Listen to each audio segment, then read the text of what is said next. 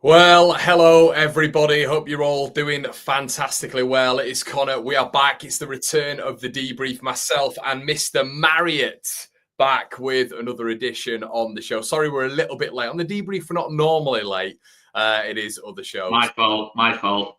Yeah, Oscar is coming back from a hard, arduous day of a long graft. And I have just been sat on the sofa for the past 4 hours on my day off watching Yellowstone, which has honestly, Oscar, absolutely taken any sort of zip out of me. I've got on to the next season, mate. And, and just dreary cowboys. I don't know if you're up on Yellowstone, mate. But I've heard of it. Mate, great series. But, there's like kind of this Montana voice and you're kind of going through it. And it's ranchers talking like this and in soliloquies and poetry terminology every 2 minutes. And at some stage, it just gets a bit too much, mate. So I need you to perk me up right now. I've needed about 3 coffees to come back to life, to be honest with you. It's going to be hard. That's going to be hard, mate, because I'm not feeling too great myself to be the last sort of 48 hours. But yeah, mate, it's the joys of Leeds United. It's the joys. Oh, isn't it just Mr. Marriott? And we've actually joys the word, but we'll go with it. We'll run with that. Josh's in the building. Hi, Josh. Riley's in the building as well. Morning from across the pond. 8 to go. Promotion site. Come on, Leeds.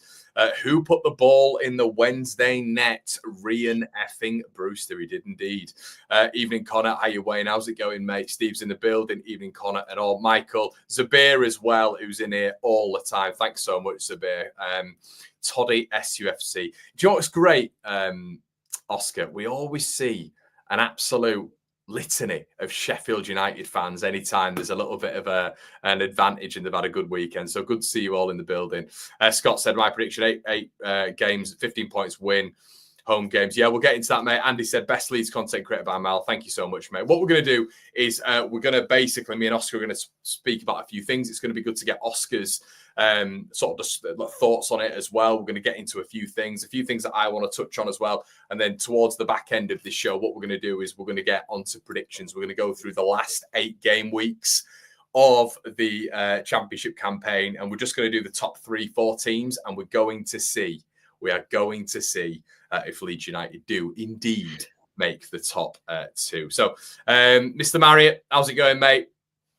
All good, mate. All good. Less so my mic. I do apologise for it. It's very much just for decoration tonight because it's not working with StreamYard. It was a choice of either see my face but can't hear me speak, or you can hear me. Sorry, you can't hear me speak very well, or you can hear me speak very well but you can't see my face. Now, others would say you prefer me to be doing a podcast form where you can't see me but you can hear me, kind of thing. That's some would say that. Some would say that, to be fair. But yeah, mate, it's.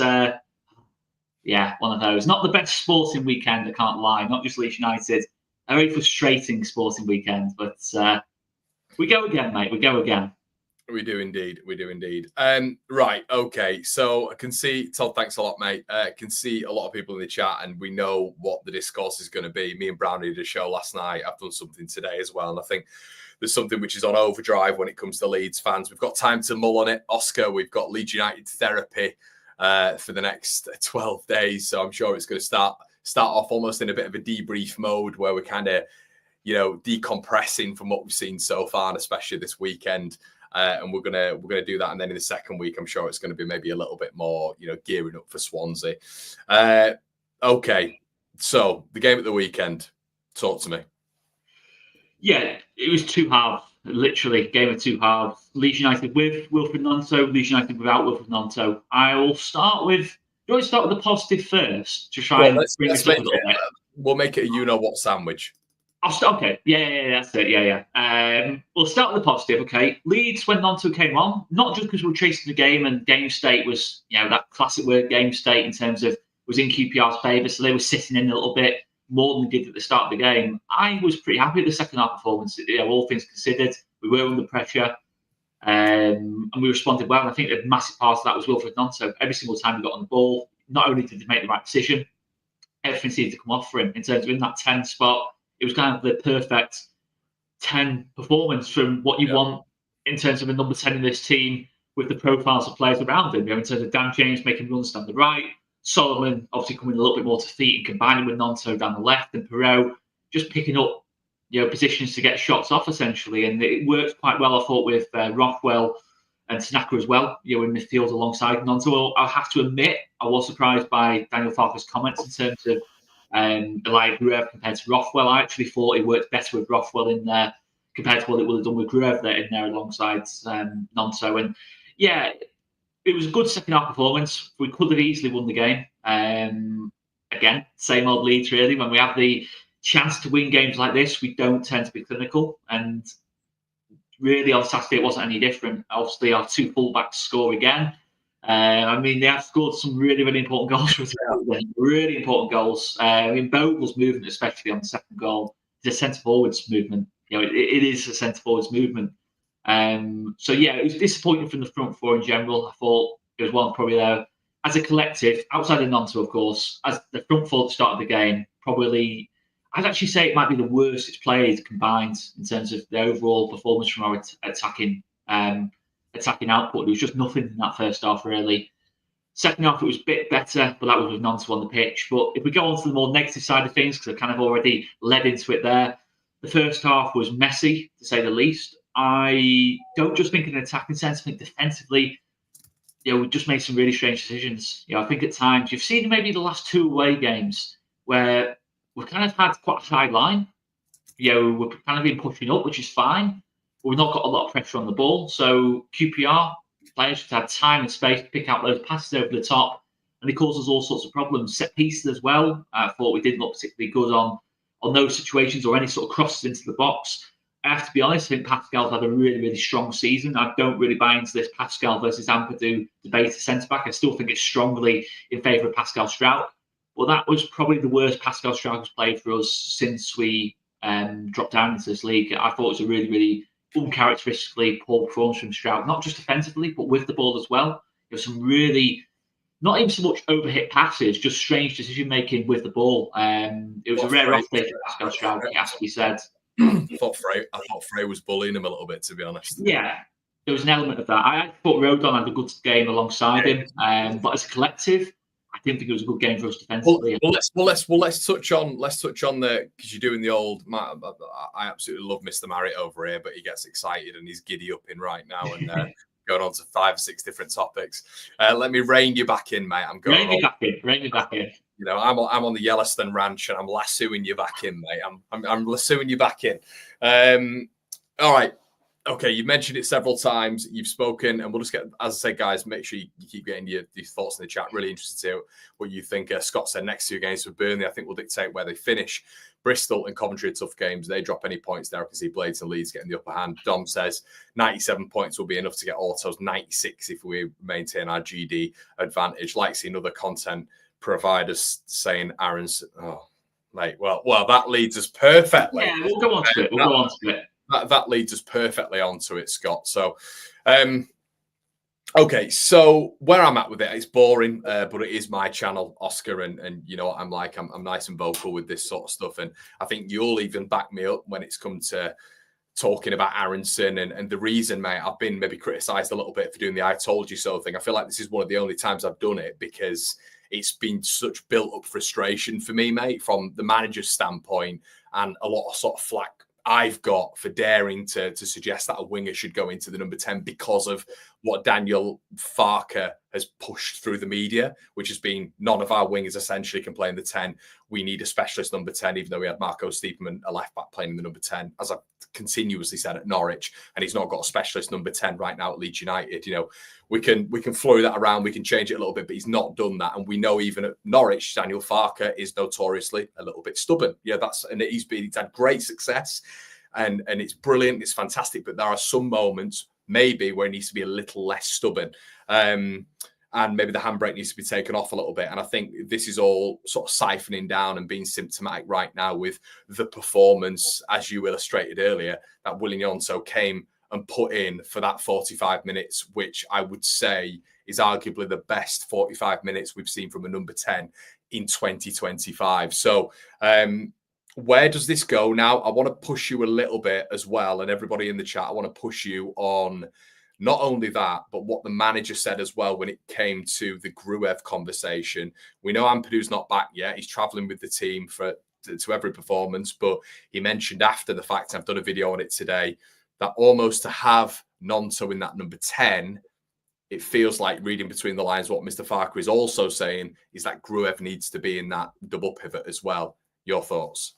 Yeah, as I alluded to a moment ago, I disagree with that personally. I think in terms of what Rothwell and Tanaka can offer you, I think they just work perfectly together. I think it's more so with Tanaka. I think when Gruev plays alongside Tanaka, I just think Tanaka's kind of playing a bit more of a unnatural role for him kind of thing. I think obviously you have Gruev picking the ball up from deep and kind of trying to dictate attacks. I think Tanaka's better at doing that in terms of taking the ball on the half turn and you're trying to move us up the pitch. And then Rothwell's kind of the link man in terms of the box-to-box player, if you like, the player that kind of connects the midfield and the attack alongside Tanaka, but slightly further up the pitch. Because on paper it's a 4-2-3-1, but it's more of like a 4-1-1-3-1. I feel like Rothwell's kind of in between the front four and Tanaka, and that's where his best spot is. And I think Gruev, he drops deeper. I don't think Gruev's comparable to Rothwell, because I think he's a lot closer to Tanaka in terms of profile, not in quality, by the way, in terms of profile. I think Rothwell's very different to all of us. Oscar, sorry to interrupt you, mate. My mic has been off, so I apologise to everybody. Thank you so much, Roland, for letting me know in the text. My mic has been off. So it's a good job, right? I know, Oscar, for God's sake, Oscar. I was oblivious to that. I mean, for me, Rothwell's very different to over three options in terms of Ampadu, Tanaka, Gruev. Four options if you obviously want to mention Guy Lavogi as well. He's very different in terms of profile for me. He can't be an out-and-out number six. I think the other three can be out-and-out number sixes, particularly obviously Ampadu and Gruev. But I think, Tanaka and Rothwell, it just works so well. Until Ampadu's back available, I just think that should be our midfield too. Admittedly, he didn't have the best of games on Saturday. What I would say, just having said all what I've just said, I do think rotation's key as well. Who for you didn't have the best game on Saturday? I think as a combination, I don't think Tanaka and Rothwell had a particularly great game. Not poor games, but I just thought by their standards, it was a little bit average. I'd agree with that, but I do think Rothwell was a better player. I do, and it's not me just picking sides there, but I do think there's a tendency, Oscar, to just almost dismiss Rothwell a little bit. I know you're not doing that. I know you're not doing that, but I think there is. I think he's been underrated all season. I think underrated. You're quite right, yeah. Or even before he kicked the ball, obviously there was a lot of sort of discourse around Rothwell in terms of he wasn't a starter at Southampton.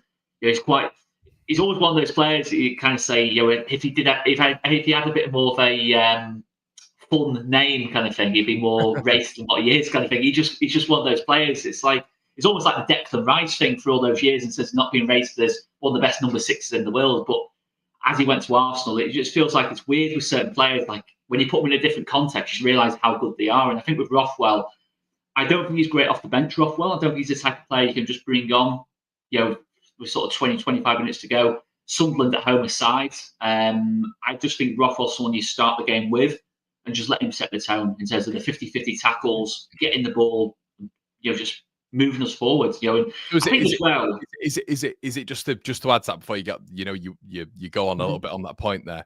Is it sort of essential right now that we're talking this conversation of Rothwell, of Ampadu, of Gruev?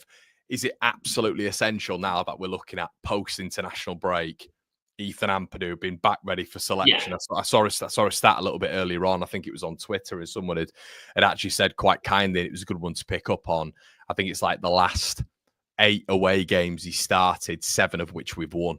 So it doesn't. No coincidence. It doesn't really feel like it's a Gruev or Rothwell or Gruev or Tanaka conversation, albeit all of them being fit. We know this anyway, but the balance, the leadership, at such a young age, the experience in pressure games for Ampadu as well. I think maybe we've undersold. I have as well, by the way. Hands up. I've undersold it. I thought the Rothwell and Tanaka would be more than good enough. I still think it should be more than good enough. However, I'm looking at maybe the Ampadu for those things that you can't measure, Oscar, those external factors of which, you can't put into numbers. I think he's really badly missed at this moment in time. Well, the way I see it is, if we were starting the game tomorrow, everyone was same level of fitness, same level of training, all these different bits and pieces, everything's equal. I would go with a midfield of Ampadu, Tanaka, and Nonto in the 10. I think I'll just explain the reason why. I think Ampadu and Tanaka, in terms of the defensive side of the game, on the ball side of the game, they're the most complete of the 4 midfield options. And I think Nonto, in terms of offering what Rothwell does in terms of driving with the ball, I think Nonto does that better than Rothwell even, and you'd expect that with sort of a number 10 or a winger type option. And I just think that midfield composition, I just think balanced itself out really, really well. I think they all complement each other's games pretty well. And what I would say is that whatever midfield 3 Daniel Farke chooses, or midfield 2, whichever way you want to put it, we've got to rotate. And we will get onto in terms of the form in the last couple of weeks. Rotation is going to be very key in that midfield. So we've got a lot of football to play when we do come back. I mean, it's 8 games in 5 weeks. Possibly, we won't talk about possibly games after the 5 weeks, but let's not go on to that. But either way, it's going to be very, very key the midfield is rotating. The midfield has got to cover a lot of distance in this Farke system, especially the way the fullbacks push up the pitch. They've got to cover those spaces inside as well. You know, when Bogle and Firpo push up, they've got to be able to cover in case there's a turnover in possession. And naturally, in the midfield too, we're having to do a lot of work, and that is something to consider.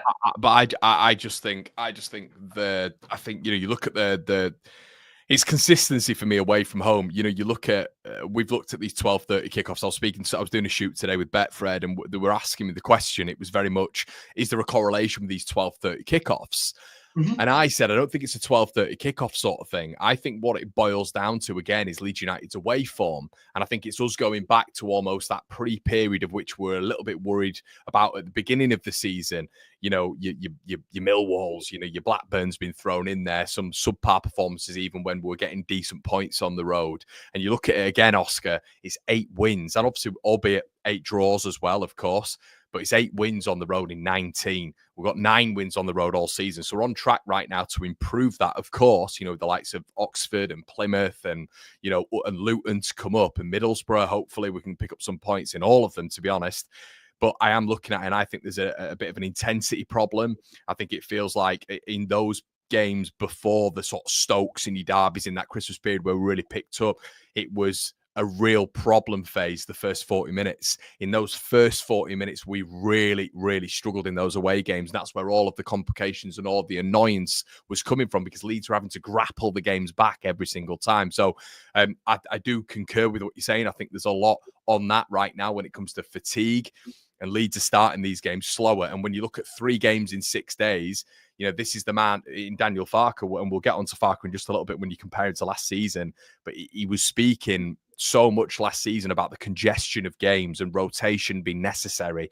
And I think in his post-match press conference, he was talking about it again. And you are quite right. You can't address the situation. You can't acknowledge the situation and then not provide solution. You've got to do it with what you've got on the bench. And that moves me quite nicely on as well to someone who you wanted to talk about this evening, which was Ramazani. Yeah, of course. And just to say one other thing on the midfield is that when Ampadu's back available, we cannot play him every single minute of every single game, because he's carrying an injury, and you're thinking, if he's having to do that level of sprinting and play that amount of minutes in 5 weeks, he's going to pick up another injury. Yeah. Oscar, can I just chime in again? I'm sorry if I keep interrupting you. No, it's fine.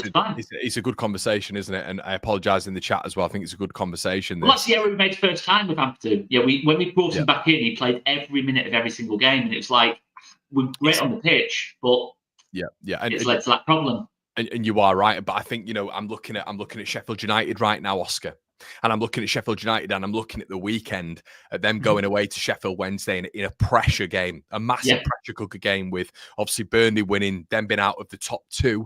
You know, if that eventuality would have carried on, you know, Wednesday were in the game, but Sheffield United did the old Sheffield United 1-0 again. But the big thing looking at that again was you had in the past couple of weeks as well, they've had problems injury-wise when it's come to Tyrese Campbell moving a little bit gingerly on the pitch. You've had Gus Hamer out of the side. You've had Callum O'Hare at the weekend, who was out of the side. You've had Vinny Souza, who didn't get a minute. I don't even think he was on the bench at the weekend. No, I don't think he was. So these are all things that have been put on Sheffield United, of course, but even when they're not injured, these players' minutes are being managed. And there's a conversation in the Leeds United fan base, and has been throughout the season, that the minutes managed is the reason that Leeds United are so strong this season, because we've got such a strong bench, we've got such depth. The problem right now is, for me, is, you know, when you look at, let's say, a Chris Wilder, in those situations, you are seeing him manage those minutes quite well. They're not playing well, but who cares, really? They're in the position they are. They've technically got more points than we have this season. But the thing is with Leeds United right now, you're quite right, but you're looking at Aaronson, you're looking at Dan James, you're looking at Ampadu when he was fit. There's question marks above all of their heads right now, and previously as well, about those managed minutes. And Ramazan is another one right there. Look, context, Oscar. We're top of the division. That is context. This isn't a panic. This is exactly what it says on the screen right now. The debrief. We're talking about everything. We're contextualizing everything. It's positive right now, but I think it is quite right to address what the fan base have been speaking about on social media and across the platforms over the weekend. Yeah, I think it's and we'll go on to Ramzani as well, because it kind of ties in with the same points really in terms of the rotation and that lot. I think Ramzani, he comes on for, was it about 8 minutes? I think he came on for a QPR. I think it was after 80, wasn't it, when he came on? About 82 minutes, I think. 6 minutes he came on. 6 minutes. Yeah. I actually thought, he did get in behind a couple of times. Naturally, he will do, because he has got extra speed on the Manuel Solomon, for example. I thought when Dunn got a yellow card, I thought, what an opportunity for Ramazani on. Totally fresh. Ramazani's hardly played any minutes last couple of weeks. Totally fresh. That speed in behind. Dunn will have to make a tackle, or either leave Ramazani or make a tackle. Ideal scenario for us. And that's not me saying Manuel Solomon's not good enough. I just think it's up for me with the Championship. I think different games require different profiles. You can play all different kinds of team, all different types of qualities. Different games require different profiles. And we sort of Nonto in the 10, how much the performance changed having someone link everything together. I just thought if you gave Nonto that Ramazani runs from the left, like he had with Dan James, I think we would have won the game, to be honest, if Hasby made that change earlier. Listen, that's only opinion. We'll never know if that was the case or not. It's purely, just speculation from my part. Maybe we wouldn't have got anything from the game as we made that change earlier. But I do just think with certain players, not just the level of quality, it's the actual helping the players out who are playing loads of minutes as well. In terms of do you buy into the mental fortitude of the players? Do you buy into that? Do you buy into pressure? I think you've got to look at February in terms of coming from behind against Sunderland, pressure game, coming from behind against Sheffield United. I think in general we have come from behind quite a lot this season. When we obviously mentioned about the away games this season, the early kickoffs when we have conceded early. Preston comes to mind. We came back in that one. Okay, there's been ones we haven't come back in terms of Millwall and Blackburn. But even Sunderland, towards the start of the season, obviously we didn't go on to win that game, but we responded really well to a pretty poor first 15 minutes in that game. I'm not just sure it's mental fortitude. I think we have improved in that regard compared to last season. And I think really last season, of course, there was an element of mental fortitude behind it, but I think as well, it was a combination of Somerville and Rutter losing form at the same time. But again, does this tie in with fatigue potentially in terms of these players having to cover so much distance that when it does come to the back end of a season, I won't say the word Bielsa burnout, but it's almost a little bit like in terms of like a Farker burnout a little bit potentially. And listen, we didn't see this in his Norwich teams necessarily, but it's just something that maybe we've seen a little bit with this Leeds team at this moment in time. And I still think we're in a great position. The table doesn't lie. We have been the best team in this league this season. We should win the league this season, based on what we've done, in the first sort of 85% of it. But I do think certain things, these little tweaks, if it's Nonto coming into the 10, if it's Ramazani going to the left, or if it's Ampadu coming in, we just need to maybe just react. Because I think you have to say with Farker as well, if you look in terms of that winter period when we played Stoke and Derby, we rotated quite a lot in that period. Stoke, Derby, Oxford the game before that. It was kind of a different team every single game in that period, and I think we might need to do something similar.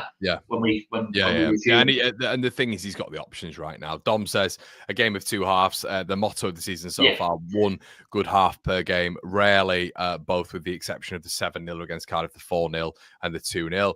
Rai says he's talking about Aaronson. He was pretty poor for Berlin last year. Started the year fine, but I mean, it was interesting when because we've done a few bits with. I'm not going to call them out, but we've done a couple of bits on the channel with a German site a fair few years ago now. I think it was when we're getting Robin Koch. It was when we did some interviews with them. If you've been a part of One Leeds for a while, you'll know we're talking about here. And I was messaging them and I was asking about Aaronson, and they just said he's been okay. They've not been that impressed with him. They still don't think he's developed that much physically and positionally on the pitch. They all think he needs basically a step down. So that's kind of an interesting thing I revisited. And I might ask them again if they want to come and do a bit of a show with us later on, Oscar. Riley says, I think Farke will be scared to pair Rothwell with Willie after that defensive performance in London. Danny Boy, Sheffield United fan, hey, Danny, says, I think at this stage there's a feeling season a draw feels like a loss with Blades and Burnley winning. It's been a bad 100%. It really. I mean, the loss to Portsmouth was huge because, you know, between all three of us, there's not been any real losses. Maybe since probably that Sheffield United Leeds game, it's been scarce really. Obviously, Burnley don't lose games, and it's us and I mean, even us, to be fair, haven't lost any games really. So, but Sheffield United, the one against Hull from memory, and then the one against Leeds was the only recent ones really. So that Portsmouth one was a bit like, whoa, that was a bit of a shocker. So that was massive. And then obviously Leeds dropping points to West Brom. You look at it, it's not been a good period for Leeds. It has been maybe a little bit of a wobble. So yeah, we need to get back on the horse. Danny says as well, I think got to win 6 of the remaining games for whoever goes up. Dom says Farke lacks imagination and in-game creativity, hardly ever changes tactics or formation even in general. How he brings us subs is the main reason we finished 3rd. James says need Rothwell in the lineup, but he did have a few bad passes against Cupid. There was one which he played cross-field, which I never lost my mind. I know which one you mean. I thought, but across the board, first half was dire. Solomon being taken off killed us on Saturday. Rams came on, but yeah, I agree with that, with what folks he says. I think, you know, James needed to be taken off. I don't think Solomon. Yeah, well, James is another one, another example in terms of a player who's had a fantastic season. He's knackered. But he is. You can see it visibly in terms of the sprint. The intensity of his sprinting isn't the same. It's not because his passing. It's tired passing. He's completely misplacing passes. He's kicking them. Hasn't got the range. You saw it a couple of times with Bogle in terms of the combinations between the two. There's a few times where Bogle was getting very frustrated with James in terms of. I remember one particular run Bogle made where he's kind of almost in the 6-yard box or just outside the 6-yard box, and James just totally overhits the pass. And I think it is fatigue. And when you've got Nonto there who can play on the right, Ramazani at a push, if you need to play on the right, you can play on the right. So there is other options there as well. And another player we've not really mentioned is Matteo Joseph. He's another option as well. More centrally, if you want to put Perot in the 10. So there's a lot of. There's no point having all these options if we're not going to use them. Is the way I kind of see it. But this is why the Aaronson thing for me is just at this point it's. I don't think it comes down to footballing reasons, because I think, and I'll be honest, and it's not coming from a patronising standpoint or anything, Oscar, it's not. People have different opinions, it's subjective, but I can have my opinions on people thinking that they still want Aaronson in there. I think it's almost just coming to a point of which people want to be proven almost right. They want to be, because there's no way on a footballing level in 2025, if every other player is getting judged on a meritocracy, which you'll call out every single other player in this Leeds United side. If they've not been good enough, they deserve to maybe be taken out after a period of time. This guy's not been good in 2025. He had a decent game against Millwall. Don't get me wrong, a decent half against Millwall. But once again, no production. Obviously, he was very unlucky to get an assist chalked off for the wonderful Peru goal. And he's not been horrific. Of course he's not.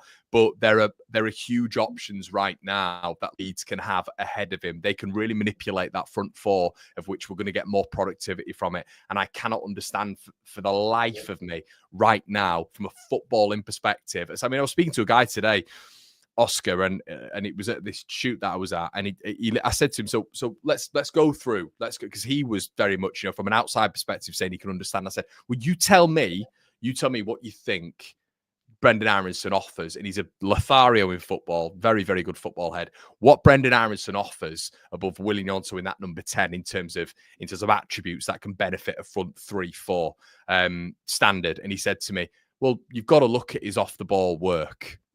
And I said, okay. I went, so have you got anything else then? Is there anything else apart from off the ball work? And he sat there for about 5 seconds. He didn't have anything else to say, because if you're actually talking about things that Brendan Aaronson is good at, you've then got to think of things that Brendan Aaronson is better than Willie Gnonto at, which is very, very difficult. In my opinion, when it comes to ability level, and especially when you've got Gnonto in that central space dictating things. I mean, that pass at the weekend, which was just threaded through on Ivan Edel, broke the lines. It's something that Brendan Aaronson just hasn't been doing. So it's massively important. And I think, like you've quite rightly said, I think there's not only do you have Nonto there. Me and you've spoken about this before. Tendencies that Manor Solomon has will fit in the number 10, almost very, very similar in so many ways to Pablo Hernandez in that number 10. So many ways. And I think Nonto playing there is further evidence, for maybe playing Solomon some minutes in that sort of left channel, if you like, and the left. Because it's not even like a number 10, because Nonto a lot of the time was popping up on the right wing and rotating with James, rotating with Bogle. It's very fluid, and it is almost like it's like a 10, but like a right-sided 10 kind of thing, where he's not really combining so much on the left. Which is kind of what Pablo was, wasn't he? He was a right-sided exactly. 10, really. Pablo, to be fair, only became a number 10 very late in his career. We have to remember this. At Valencia, he was a winger.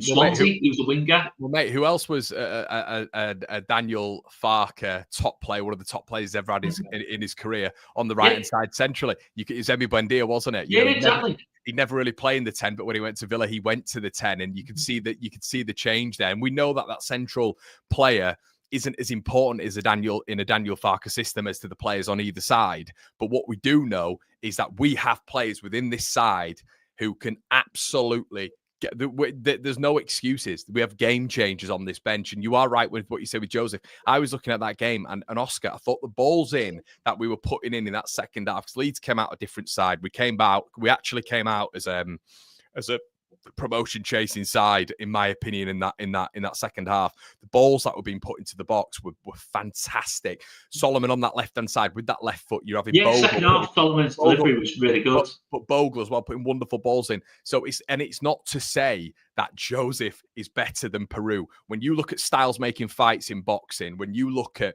certain games matching certain players, in that game right there, it was almost perfect as well for someone to say, right, I tell you what, I'm going to stick Matteo Joseph on. Not because he's better, look, caveat, not because he's better than Peru, not because we all want him over Peru, but in that game specifically, when those balls were being whipped across and there's no one there to put the ball in the back of the net, just because Peru is just dragging back a little bit to drag that centre-back out of position so William Yonto can get into that little half space there. But it was crying out for a number 9 to be in that spot, with the amount of balls that were put in there and the amount of balls that have been unanswered. Exactly. I think if forget Joseph for a minute, I think if you had the option of Timo Pukki or Joel Pereira, if Daniel Farker had the option between the two in that situation, would it be Pukki or Pereira? And it would have been Pukki, in that scenario where you got balls coming into the box and that. He'd have had 2 or 3 goals in that game, Timo Pukki. Yeah, exactly. That's the point I was alluding to. And I think Joseph, if he can find that confidence or that composure, or sometimes decision making in that final finish, Joseph could have easily, I think at pre-season, Joseph, would have probably, scores maybe 1 or 2 on Saturday. And that's the thing. I've said it before, in terms of not every game will suit the same players. And no, of course. I just come on to Aaronson in this, in terms of Aaronson and Nonto. I think Aaronson, in terms of getting your goals, I would say is probably a better option than Nonto in terms of his movement in behind. I think in terms of Aaronson, will very rarely come to the ball the way Nonto would. He'd often try and spin and make those kind of like striker-like runs to get on the end of things, because you can say many things about Brendan Aaronson, but he does get a lot of chances to score goals. Is he clinical? No, I'm not going to say he's clinical, but I do think certain elements, we can help us in that regard. But fundamentally, I think in 90% of games, I say Nonto is the better option at 10. And it's no shame to Brendan Aaronson. It's just that Wilfried Nonto is a very good footballer. I think he's a top 5, top 4, top 5 technical footballer in the league. I might even be selling Nonto quite short there. There's an argument to say he's the most technical footballer in the Championship. And so I say Premier League then. Yeah, you went. I did, didn't I? Getting carried away. But as well, you look at his numbers. Brendan Aaronson's got 8 goals, 2 assists all season. William Yonto has 5 goals, 5 assists all season. Yeah. With by the way, Brendan Aaronson's played what? 3,000 minutes. William Yonto's played nowhere near that amount of minutes. You look at even that comparison with, let's just do it for fun. You even look at that with Ramazani. Ramazani's played about 735 minutes. So you cannot compare the two. It's ridiculous. It's not a fair narrative whatsoever. So this is what I'm saying. If William Yonto is getting a third of the minutes that Brendan Aaronson's getting, and he's still producing the same numbers, what are we talking about here? Then you're just literally talking about off the ball work ethic, and even that we've not had enough time to look at Well, Nonto this is consistently. another thing.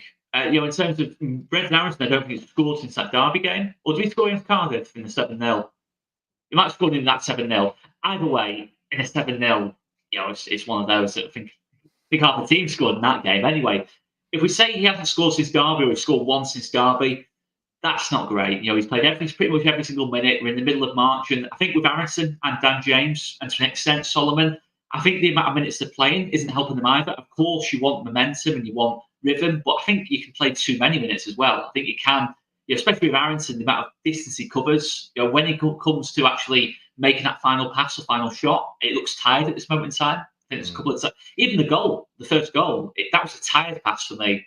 That was a bit of a hoping Joe Rodon was there or Bogle was there and not looking. I think a fresh Brendan Aaronson, for me, maybe doesn't make that decision. I'm not saying Aaronson's not an erratic technician, in terms of in situations like that, but I do think it is an element of fatigue there. Dan James, as good as he has been this season, I think you've got to look at what's happening in the here and now. I still think Dan James, if he had 1 or 2 games where he's coming off the bench rather than starting, I think you'd then see Dan James put together 6 or 7 really strong performances at the back end of the season. I just think it's as simple as that. And we're not just looking at Leeds, but you look across other teams as well, really competitive sides. Liverpool, for example, they switch between Diaz and Gakpo on the left-hand side. They don't just start one every single minute of every single game. They switch between the two, and they both produce similar levels of output. When one plays... Well, Ian's just said there. Nonso's got them numbers for being on the wing, though. But Ian, it's one of those things that we're talking about again, though, mate. It's a fair point. It's a fair conversation. But I think how I look at it with a player like Willian Gnonto, I think it's very, very similar with Ramazani. I think when you look at the specific moments this season, and I'll bring you back to the 2 Sheffield clubs. Sheffield Wednesday away was the bit of which Willian Gnonto was occupying that number 10 position for the full game, and he absolutely destroyed them. He destroyed them. And for me, that was one of his more in terms of the link-up play, the balls out wide, the threaded passes, the shots on goal. And you look at that performance, and it's one that stands out for me, Gnonto-wise this season. I know he's not had that many minutes, but that's not his fault, in my opinion. But it's one of those where he's not been at his dazzling best this season, but I think Willian Gnonto on the left or Willian Gnonto centrally is better than Willian Gnonto out wide. I think he's got more influence there. And then you look at, this is why I keep harping on about Ramazani even being in there at points as well. You look at the game against Sheffield United, arguably, some would say, the best team in the division right now. He absolutely destroyed Sheffield United occupying those central spaces. They could not deal with him whatsoever. So for me, when you've seen both of them in those central spaces, because you get more of the ball, you obviously get more of the ball. Brendan Aaronson will get more of the ball, or should get more of the ball than the wingers get, because, obviously central is part of proceedings. You've got 2 proactive, productive, defensive pivot midfielders who will naturally try and find the central attacking midfielder before they try find the wingers. So for me, 100%. I think you've got to try him a little bit more there. Oscar, let's move on just a little bit. Let's just move on a little bit. I wanted to talk about just the rotation last season as well at this point, and you made a really good point off air when it came to Archie Gray. And at this point last season, we saw Archie playing and playing and playing and playing. At points last season, obviously there was Jed Spence who was there. Spence got sent back, and then we obviously saw Connor Roberts come in, who, ironically now is at Burnley doing pretty well, just got offered a new contract. But Connor Roberts was barely used, and there was, not only was the conversations about maybe Archie not getting enough minutes, getting too many minutes, but there was also a conversation about that midfield when it came to Gruev and when it came to Kamara in phases, especially towards the end, not been productive enough, not really dominating games. And there was a lot of Leeds fans, including myself at that point, saying, get Archie into the middle. Let's get Connor Roberts at right back. Let's just change this up a little bit. And that was a frustration. I remember I was looking back on a couple of my videos today, and that was a frustration at kind of this point last season as well. So it wasn't just about Rutter having the hernia and Somerville being off the boil. It was, I think, running through the squad a little bit, that some parts of some areas definitely needed freshening up, and Farke could have done that last season, albeit Leeds having a little bit more of a weaker defensive, weaker bench, of course. Yeah, there was less options, but I think fundamentally it's very similar. If you look at the narratives from back then to now, very similar, just different kind of positions. Archie Gray, playing out position, or not in a position where he's as good. and B, probably playing too many minutes. Gruev and Kamara probably playing too many minutes. Some of them Rutter, not only going off form a little bit, probably being a little bit fatigued with the amount of running they had to cover. And it's just similar scenarios. Dan James as well. I'm not saying Dan James is having as good a season as what Summerfield did last season, but you're seeing the actual output. Summerfield's output drops quite a bit, in terms of the back end of the season. It's kind of a similar thing with Dan James now, when maybe it is just a case of, coming off the bench one game or coming off the bench for 2 games and then going back in kind of thing. I just think that's how you get the best out of players like that for me. When they do go off the boil a little bit in terms of performance and fatigue, that is the way to go about it. But yeah, very similar scenarios. I think obviously I mentioned as well off there in terms of Nonta and James, in terms of obviously they were the main right wingers last season. Sometimes you just saw James start every single game, and then you sort of went through a spell of Nonta would start every single game. And it wasn't really like a case of one would start one game, one would start the other game. It was just like, and I understand in terms of the momentum, you want to build sort of rhythm and things like that. But I just think when you've got that kind of quality, you want to make sure they're not playing low amounts of minutes. I think the breaks come at a really good time. It's come at a great time. I think at the perfect time. Last season, it came at the worst time. The break came at the worst point. I think right now for Leeds, out of anyone, we did not want a Tuesday or Wednesday fixture, even if it was against Swansea. We needed a break. We needed a bit of recuperation, recovery, a bit of mental space. And then you go into it, the final furlong, Oscar, the checkered flag goes down, and you go for it again. I think it's all, we're still in a very, very good position now. As we keep saying, this is always the debrief. You're debriefing, it's context applied. It's all, we're looking at the last 3 or 4 games, which haven't been ideal for Leeds. Is it 1 win in 4? Is that all right now? Yeah. 1 win in 4, which is actually probably one of the Leeds, if not the worst run of the season. So you've kind of got to debrief that. The context, the overriding perspective is that we're top of the division, but it's definitely we've definitely had a bit of a sort of breakage when it's come to even performance levels, I feel, Oscar. Yeah, and I think another thing as well is we mentioned about mental fortitude as well. I mean, we have just come back from 2-0 down, and again on Saturday as well in terms of QPR. And to be honest, the players would have been panicking at 2-0 because you're thinking last season, it was going a similar way, wasn't it? After the first sort of 30, 35 minutes, it was a very, very not a great performance at all. Everything was overhit, everything was underhit, everything was either overhit or underhit.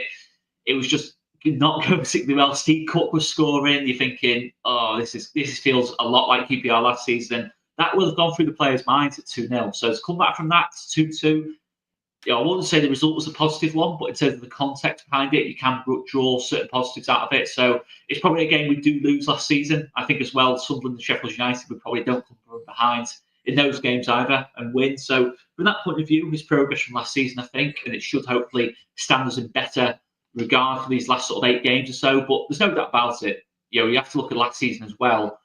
The international break was very grueling for certain players. Ampadu, Roberts, Rodon, and James played in the Euro playoffs qualifiers. Yeah. They obviously had the heartbreak as well of not going through, particularly for Dan James. So there was a little bit of that carrying into, I think they played on the Tuesday, and then we had to play Watford on the Good Friday, I think, something like that. So you think you've got 3 games, 3 days. Does it worry you on that standpoint as well that Tanaka and obviously Firpo are going to be travelling plus 1,000 miles on this trip? Yeah, it has to be considered. Definitely. In terms of that Swansea game, whether they only play 70 minutes or something like that. I think they'll definitely have to start because Firpo has been absolutely amazing for us this season. I think he's one of our most informed players. I think Tanaka is the best player in the team. So I think they'll definitely start against Swansea, but you'd have to hope it's a game that we're quite comfortable in against Swansea. It's not by no means a given that, by the way. But if we're comfortable in it, I'd definitely look at maybe swapping Firpo and Tanaka out on sort of 65, 70 minutes. No question about that at all for me. Should we we'll get into a couple of comments and then we'll get into the table predictive, which we want you guys to get involved with as well. We're just going to do the sort of like top 3, 4 teams. Brett, as always, says, good evening, Connor. Great content. Thanks so much, mate. Folks, he says, I think that's why Farke would play Gruev in the middle just because of Aaronson's work rate if Nonto starts. Bit of discussion going on in the chat. Great name. Yep, there we go. A bit of a discussion going on. I see old Hamface was putting his chest out of the Chef Derby. What a plonker. Do you know what, though? What I'll say, Andy, is if he was Leeds, you'd absolutely love him. I've always thought that with Wilder. Wilder in the Championship, I don't think Wilder will be. He'll go on to be a wonderful Premier League manager, a very decent Premier League manager. I could be wrong, but I don't think that'll happen.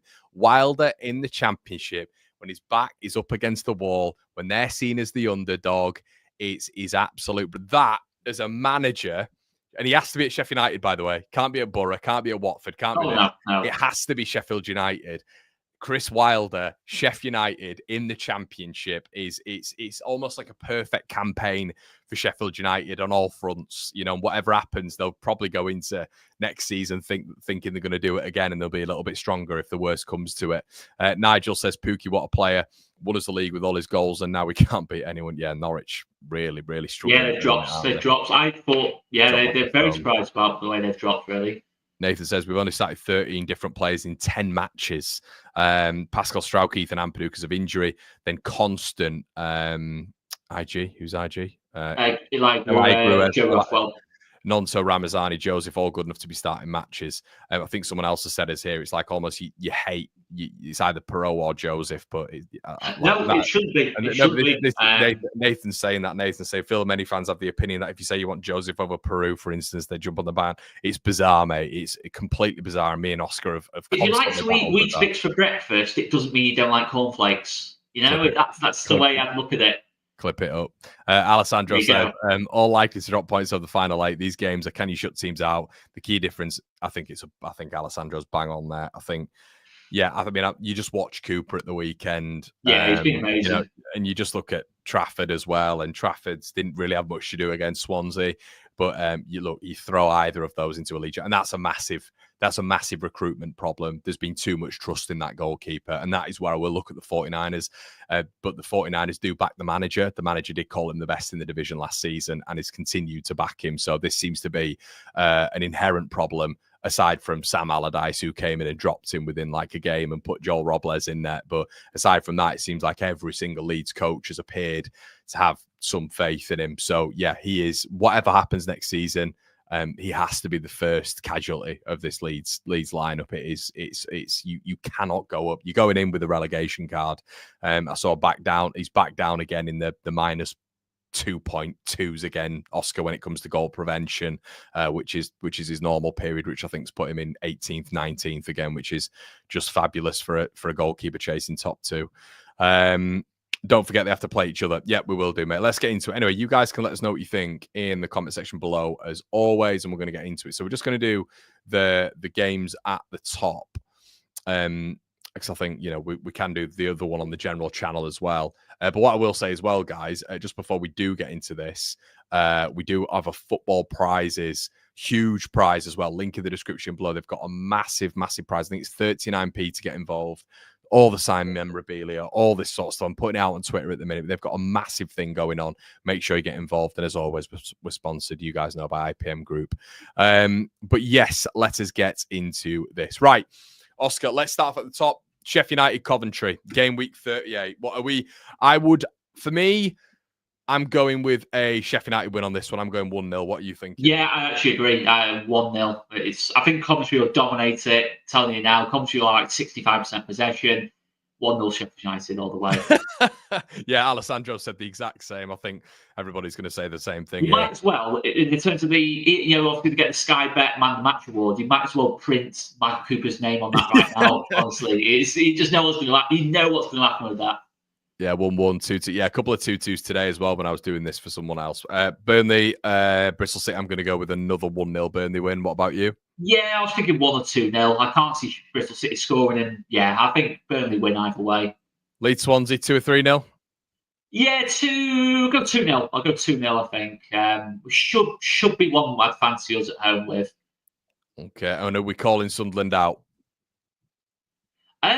What, including them in this or not? No, I don't think we should we? Could come back to bite or so. It could, but we'll just go with the top 3 for now. Save the time. So, 2 at the top, 4-0, 2-0 as well, 2-1 Burnley. Right, okay, next game week, we've got Coventry versus Burnley, the top one. Oh. Early kick-off as well. Interesting. 2-1 Cov, 2-1 Burnley. Complete reverse. I think draw. Coventry won't win that, I don't think. Draw or Burnley win. What are you saying, mate? I could take a draw there. 1-1. Yeah, I think Coventry have got enough to score against them, but I can't see them beating them 1-1. Well, I think Hadji Wright's back now as well, isn't he? Which is big. Yeah. Hat-trick at the weekend. Okay, we've got to be honest. These 1-1s, by the way, were for the Burnley game. This is I think the one that a lot of Leeds fans are a little bit worried about. Another early kickoff.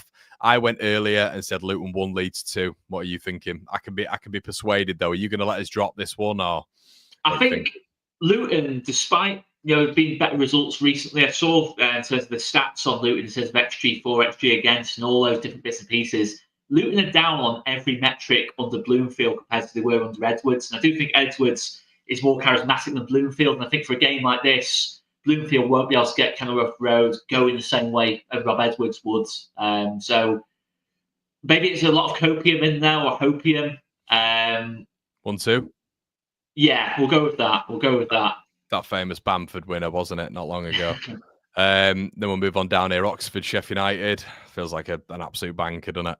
Can't see it. 2-0 Sheffield United. Yeah, 2-0. Can't see anything else than that, really. No, then we'll move on. Next game week as well. The big one to start off with, Sheffield Millwall. 1-0 Sheffield United. Probably not a great performance. Probably a pretty terrible game as well at that. Yeah, 1-0, I reckon. 1-0. Oh, no. We'll go that one first. Oh, God, I just see that. I just saw it, I thought, oh, yeah, that's where we played Borough. Yeah, we'll go this one first. So they've got... So we've got Derby. Derby are on 3 in a row, by the way. Eustace has come back. He's beaten Blackburn. He's beaten Coventry. He's beaten Plymouth away. Big, tough one. This, I think. What? Tough one. John Eustace is like the new Carlos Corberán. Not as good as Carlos Corberán, but he's so good at dragging the result out of a game like this in terms of just maximising what he's got. How many times did he do it with Blackburn? How many times did he done it with Birmingham? I think Derby gets something there. I really do. Go on, I'm going to go with 0-0. You're going to go 0-0? I'm happy to turn that to a Burnley win, though, if you're thinking... I honestly think John Eustace tactically will be able to outthink Scott Parker in a game like that. Oh, wow, you think Derby win? I think Derby get it. I think Derby are going to go on a bit of an assault now, and we're going to see them at one of the top 4. I think Burnley will lose a game, Oscar. I think we can't be we can't be talking about Burnley's running and saying they're going to win or draw every single game. I'm going to go with a 1-0 Derby win there. Right, and then the big one. I have to be honest. I think we drop points here. I would go for it. At that point in the season, we'll be at it. I think they'll be really fancying it at that point. They'll be 5th or 6th. They can't be. Andy's a Burnley fan, and he's not having. Oh, looks no smoke with that. So this is the thing. No Burnley fans think they'll lose a game. There we go. We'll wait and see. I think if you look at it on paper, Burnley should smash Derby, but I just think the John Eustace factor in a game like that, he is 100%. So good in those kind of games. So good in those kind of games. So I've gone with a 2-2. I think. Yeah, I can go with that. Yeah. Okay. Let's calculate that one. Next week, Burnley Norwich. Burnley 2-0 for me. What do you reckon? Yeah, I think Norwich could be better though by that point. I think Norwich do have spells where they're either brilliant top 2 standard form, or they're in sort of like. You giving it You're saying 1 or 2-0? Yeah, I think Burnley still win it though. I was trying to be a bit positive building into that, but no. We'll go 1-0 then, because you've kind of dimmed it a little bit. 3-0. Colin says, "Good luck to Leeds United users to promote. Your recruitment needs to be better than us, though. Ipswich Town in peace. Leeds are in big trouble." Oh my God, big trouble. Trust me.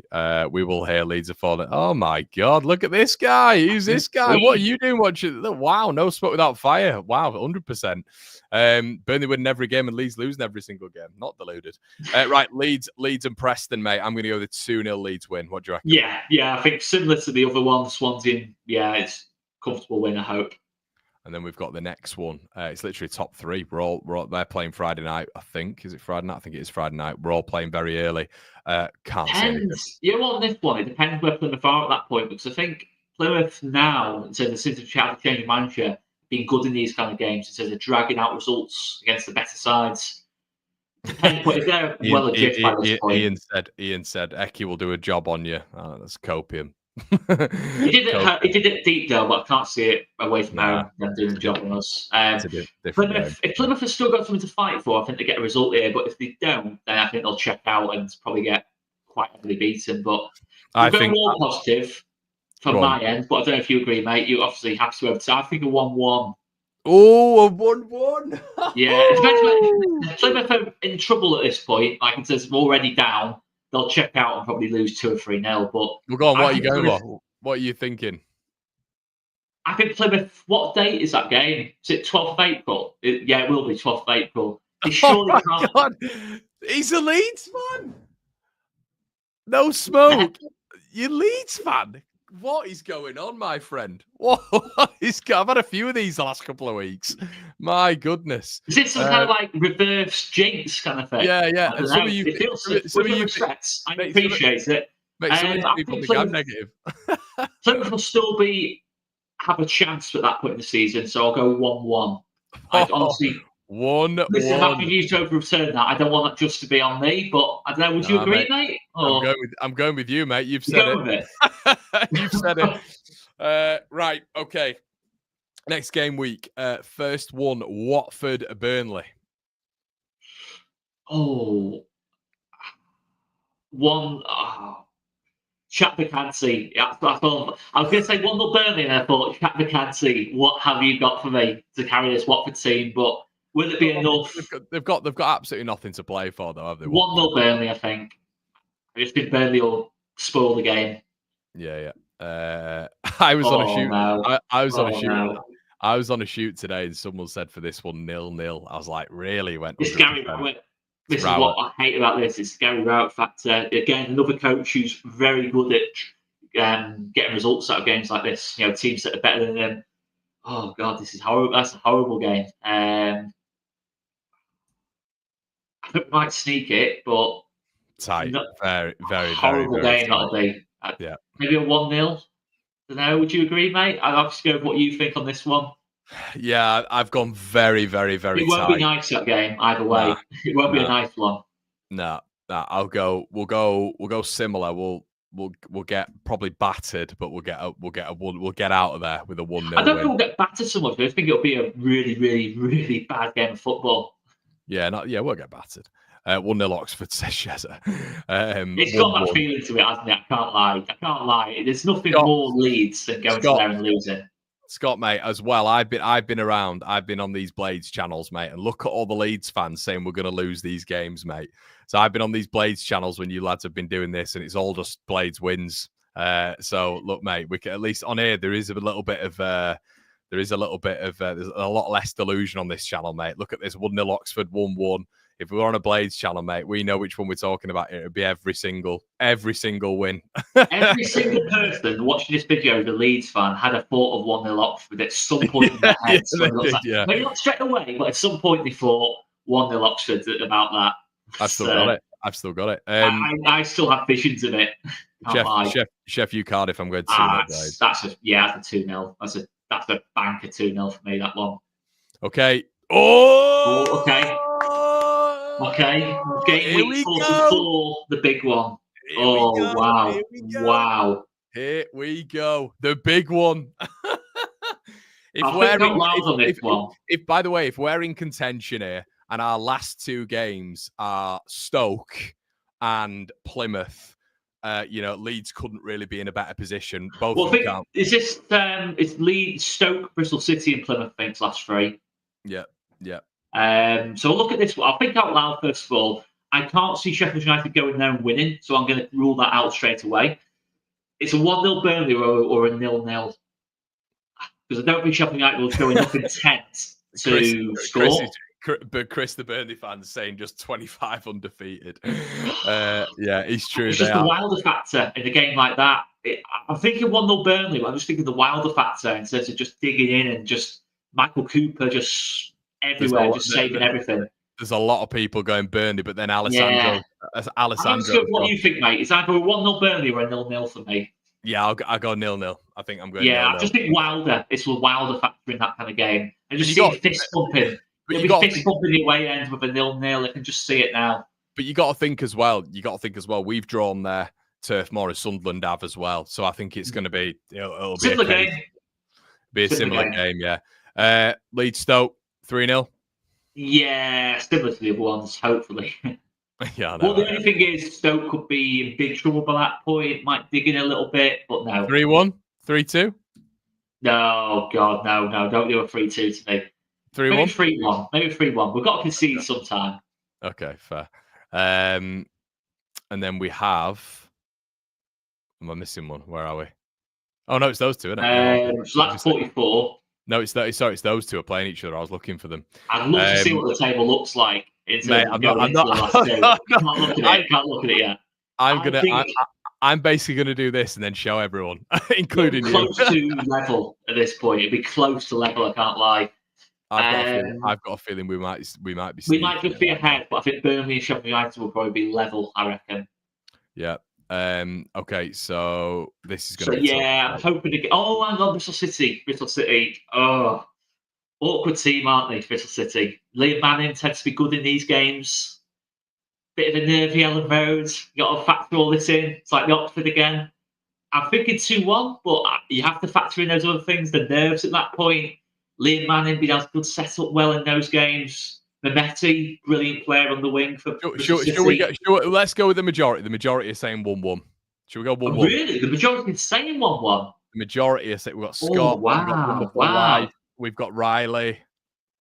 All saying 1-1. What do you want to? What do you, actually? It's a 1-1 or 2-1 Leeds. Well, let's go with the majority. 2-1 Leeds, 2-0, 2-1 against Bristol.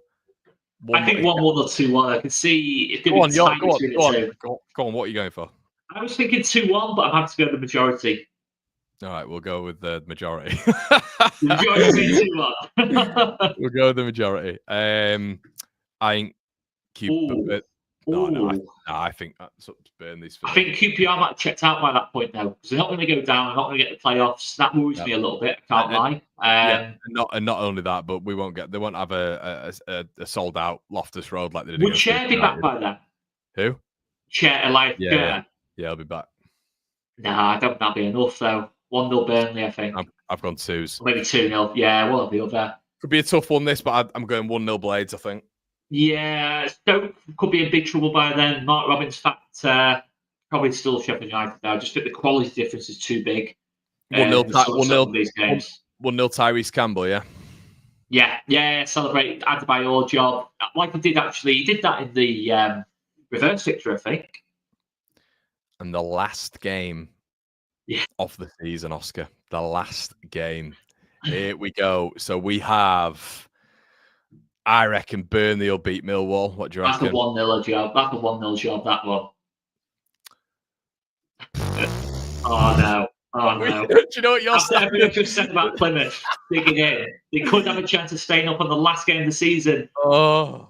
Do you know what the standards are, though? You've just said that you were like, oh, Plymouth are really going to put in a good showing against Blades and they'll nick a point. And we went with you on that. That's what I mean. I can't backtrack on that now. Oh, man. Because Plymouth at home this season have got some pretty good results. Nervy Leeds last game of the season. We might actually be up at this point. I don't know on the calculations, but I don't know. But let's just say we're not. Let's just say we're similar gap now to what it is, or it's similar to what it. I don't know. It's Ian. You've got us losing every single game, mate. This is what I'm talking about. There is too many deluded Blades fans in here. You need to try to be impartial, mate. End up out of the playoffs. End up outside the playoffs. Never mind losing to Lampard's commentary in the playoffs. We're not going to make him. According to Ian, we've lost pretty much every single game, I think. I'm thinking, okay, there's two results in my head. One is a 1-1. Another is a 2-1 Leeds. I don't think we'll lose that game. So I have to go with what you think there, Connor. Or do we go with the majority, what the majority is saying? Because I'm looking at it, it's not looking too positive. We'll move on from that. 0-3. 3? Really? Yeah, we'll beat them 3-0. They've got nothing to play for. They're done. They've got nothing to play for by then. I hope they've not got anything to play for. Nah, they'll already be down. I think they're down anyway. I think they should probably be down by then, to be fair. Yeah. Curtain call, Sheffield United versus Blackburn. What do you think? I think Blackburn are so far off it now. Manager change. I just think they'll be out of the playoff contention well before then. 2-0-ish, I reckon. Sheffield United. If Eustace was in charge, I'd be playing the Eustace cards right now and saying that you'll get a result there. But I just don't think. I just don't think they'll get that this time. Okay, then. Right. Okay. So how do you think it's gone? Everyone in the chat, how do you think it's gone? And I want you all to tell me where. I'll tell you, there is one team who come top on 102 points. The team in second are on 100 points. Okay, so that's not going to happen anyway. There's no way two teams will finish on 100 points. That is not happening. That is not happening. Hisham just said I went with 7 wins and a draw. Possible, Hisham. Have you predicted Blades not to lose a game? That could be right. I might have done that. No, you've lost. I think you've lost. So what we've predicted, I think we've got Leeds aren't losing a game. Leeds are not losing a single game. Burnley aren't losing a single game, and Sheffield United aren't. None of them are losing a game. Burnley to lose at Derby. Did you? Yeah. Oh, yeah. Sorry. Yeah. Sorry. We did. Yeah. We didn't have losing. So we've not had Blades aren't losing a game. Burnley are losing 1, which would go again, which goes against all logic. However, the logic for that is that Burnley have got the hardest fixtures. 100%. We can all agree. Yeah, that's true. That's true. They have got a harder set of fixtures. Even statistically, the teams that we're coming up against, I think Leeds' average team is 16th. I think Burnley's might be like 9th or 11th or something like that. But they've got a fair few teams to play still in the top 10. So that would make sense, I guess, with the caliber of teams they've got coming up. Okay. So what's your feeling? And what's third place on? How many points are they on? About 98? 95. Oh, wow. Okay. So there's a gap. It's got to be Burnley, then, the gap to him. Burnley have got to be third in our thing, then. I'll tell you now what I think. First Leeds, second Blades, third Burnley from what we've predicted. Okay. So this is what happens. So Leeds, no worries, no problems. Look at the goals conceded, though. Just pure no go. Just no pure goal. I don't think I had Sheffield United. I actually don't think I had Sheffield United conceding the goal in the whole predictions there. Yeah. So effectively Leeds get 22 points. What I will say, Wonderful Life, is I did the predictions earlier on with another group of people, and altogether the group of people had us getting 20 points. They had Sheffield United getting 20 points, and Oscar, we go up on this other one that I've done on goal difference, and Burnley finish on 97. So 97 in third. Leeds and Sheffield United finishing on 100, and Leeds going up on goal difference. I mean, I tell you what, if that did happen, you'd see the appeal of all appeals from Sheffield United on that points deduction. You'd see Chris Wilder say, "Give us 10 next season. Just give us them 2 points back now." And I think that's it. Ian says we'll level on accrued then, Connor. Yeah, the old Sheffield United go, hey, the accrued trophy. Yeah, mate, but you are behind on goal difference, so technically you are second best, my friend. Level on accrued champions. That is it. But interestingly, with all you guys in the comment section below, I got minimum 20 points today, or we got 20 points, and we still did have Leeds dropping points. And then obviously today with Oscar, we combined one, we've got 22 points. So us dropping 2 points. We will probably lose another game. To be fair. Yeah. If we're being totally honest, I mean, I'm looking at that Borough game especially and thinking, depends what Borough turn up. Borough. I think that's more likely we win. I think the one that we might struggle on is going to be Luton. I think that's going to be it depends on a few things. I just think have Luton got that similar kind of hostile crowd still in them without Rob Edwards there, kind of like spurring the fans on, kind of thing. It's these are little things. These are like real intangibles that you can't really measure, kind of thing. I just don't feel Luton are fully happy with Bloomfield yet, and I don't think they've fully got that. It's a bit like I think Andy. What would? Yeah, I do think you're right, mate. Top three. Yeah, it will be. There's no way. It's when you get 100 points. No way. It's when you're going through them, and there's just this whole thing of what I will say is there might be a bit of a knock-on effect. I still think game week 44 is huge. I think Burnley go on to beat Sheffield United, there may be a little bit more of a slip coming up for Sheffield United. I don't know. But it depends on that game. I just think there's so many circumstances, like, even injuries, Oscar. Are we going to get Ampadu back? Is Vinny Souza going to be back for the full period, or is he going to get injured again? If Sheffield United get Vinny Souza back for a complete period of 8 games, he's going to be a massive factor. Are Burnley going to be able to keep Brownhill and Marcus Edwards in contention consistently? Is any team going to pick up red cards? There's so many circumstances, so many variables that are on there. But I'd say with Burnley have been brilliant, absolutely brilliant. Yeah. I do if you have a quick look at Burnley's last sort of 5-6 games, and I look at the next 5-6 games coming up, I do think it's a bit of a different picture, as in the difficulty strand. I do, and that's the only thing I'm looking at right now. They will need Trafford at times, in this. For me, they are going to need Trafford to be on top form. And listen, Trafford, I think, is arguably comfortably one of the players of the season in the whole league, I'd say. There's no way a goalkeeper would ever get player of the season, but if there was ever going to be a season for that to happen, it might well be this season, to be fair, because he has been absolutely... I mean, Michael Cooper as well. That game on game week 44 will be fascinating, because it could just be a case of, between Cooper and Trafford, who wins that battle between the two, kind of thing. And it sounds daft as well with Burnley. Like, I can see a lot of people saying stuff like, Burnley, haven't lost this, that, and the other. Well, they hadn't conceded a goal. And I know it sounds ridiculous because this is Burnley, but they've conceded 2 in 4. If you include the FA Cup, they've conceded, 5 in a month. So that's how it can change around a little bit. It's not all just set in stone because things have happened. But have seen with Burnley, when they've had changes to the back four, in all seriousness, they have seen a drop-off in terms of performance defensively. But what I will say as well, okay, your predictions are right. Chris, I think you'll go up. Burnley are 100% going up. I'm certain of it. In the playoffs, Scott Parker's done it so many times. No, but it's actually like in a sense, like Burnley are in a weirdly better position than us and Sheffield United, I think, because I think if us and Sheffield United going, we've got terrible records in the playoffs. That will be playing on our minds 100%.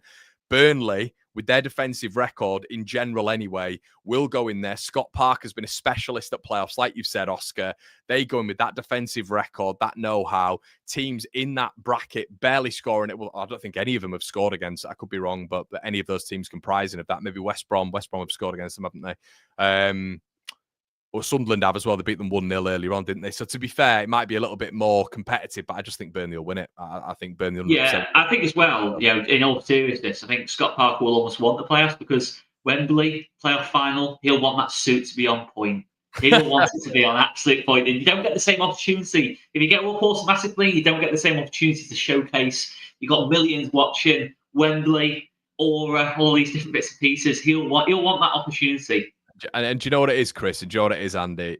It is complete copium for us, because we do not want to be in there. If we're in there, we ain't going up. I'll say that now. United, I definitely agree. I think Sheffield United, Chris Wilder, would go over the top in terms of the emotional side of it. I don't think Blades win it. I don't think Blades win it. I think they've got a similar record towards. I remember them losing to Burnley in the playoffs, actually. They did, Away there. Yeah, when Burnley went up, that was a while ago. I feel old now, but I do remember that game. Scott said it here, Shell. The top 3 teams have a gentleman's agreement. Leeds and Blaze top 2, and Burnley guaranteed playoff wins. That'd be nice, wouldn't it? That'll do. Scott Parker gets his day at Wembley, all these different bits and pieces. I mean, imagine, let me just throw this in there. Imagine a Scott Parker versus Frank Lampard playoff final. Imagine a Leeds United. Yeah, no, it's not. Let's not go. We cannot be in the... As mental fortitude we were speaking about earlier on, I don't want to be in it with that guy. Do not get me in the playoffs with that guy. I don't want it again. It's the stories, the narratives. It's still urged in my mind. Right, everyone, we're going to leave it there. It's been a long one, an hour and nearly 20 minutes. Thank you so much. We've had over 1,200 of you on all platforms watching. If you are on all platforms, please consider getting a YouTube account. It's free, it's easy. You get all the algorithm boosts. You can get your comments further up on the pitch as well. Please make sure you consider doing that. Follow the second channel as well, everybody, and follow Mr. Mario on all of his stuff as well. Follow him on Twitter. He's excellent. Oscar Mario for all the insights on not just Leeds United but football in general. Probably one of the best Twitter sites out there. Listen, guys, as I've said, make sure you're liking the video. We'll have more content coming up for you over the international break. Like before you leave. It's been an absolute pleasure. Consider subscribing to the Patreon as well if you want to help your boy out. It's been an absolute pleasure. See you in a bit.